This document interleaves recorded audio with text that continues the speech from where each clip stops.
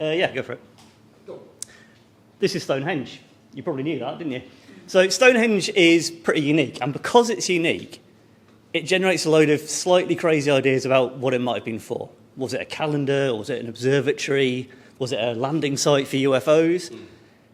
And I think it's something else, and I'll tell you what as we go. So I think one of the things that's famous about Stonehenge is it was built and rebuilt over hundreds of years. And there's these big stones around the outside called sarsen stones, and in the inside there's this ring of things called bluestones. So as a bit of show and tell, I've brought a bit of bluestone. I did not chip this off Stonehenge, just for the avoidance of doubt. So you'd have a pass round of that, have a look and a feel. And they're very pretty. And we think they came from another stone circle that's sort of nearby Stonehenge, sort of not that far away, 20 miles or something. But originally, they came from South Wales. And I think that's absolutely insane, isn't it? Because I said they're a bit smaller, and they are, but they're still like 2, 3, 4, 5 tons. So how did Stone Age people, and why did Stone Age people bring them like 200-300 miles from South Wales to Salisbury Plain? And there's a few special things about bluestones. They're pretty. Maybe South Wales is a special ritual place. But also, if you hit them, normally stones make a kind of disappointing thunk. But if you hit a bluestone, it rings like a gong. And that's why they have these rock gongs made of similar sorts of stones called dolerite. And all around the world, you'll find these rock gongs. And on the right-hand side, you can see some archaeologists studying the bluestones at Stonehenge. And they do indeed have this kind of acoustic, resonant property. So if you hit them, they ring. And that brings me, naturally, to Tess of the D'Urbervilles. So you might remember if you've read Tess or if you've seen one of the film adaptations, she ends up at Stonehenge and kind of lies down on the altar stone in this, Gothic kind of way. But do you remember what she said when she got there?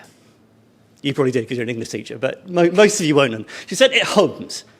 The wind playing upon the edifice produced a booming tune like the note of some gigantic one-stringed harp. Isn't that amazing? So Tess is not the first and the only person, or Thomas Hardy is not the only person to have noticed this. The stones have a natural resonance. They ring as the wind blows through them with this kind of bass note hum. And that's kind of mystical, isn't it? It's kind of magical. And that makes you think about, well, why? Why did those Stone Age people bring these resonant stones all the way from South Wales to Salisbury Plain? And I found out about all this from this book I stumbled across called The Sounds of Stonehenge. And there's loads of stuff in there. There's acoustic archaeology, and there's all this cultural stuff about how Stonehenge features in folk music and in Spinal Tap, and all these other sort of cultural links between archaeology and music and history and culture. But the article that really interested me was a guy named Professor Rupert Till, who's at Huddersfield University, which is where I'm from, and he had done loads of work studying the acoustics of Stonehenge. And there's a model of Stonehenge in the States, which is a war memorial, actually. It's built out of concrete. And he did loads of measurements there to understand how the sound would have echoed around the sarsen stones. And then he built a VR model of it. So you can, at one point at least, you could have downloaded an app and experience for yourself what was it like to be at Stonehenge 2,000 years ago. And you can hear the sounds of the birds and the wind and that sort of low resonant hum. But I don't think people went to all that effort to amplify a few birds and some wind. It's a designed acoustic space. It was done for a reason. I think it was a concert hall, effectively.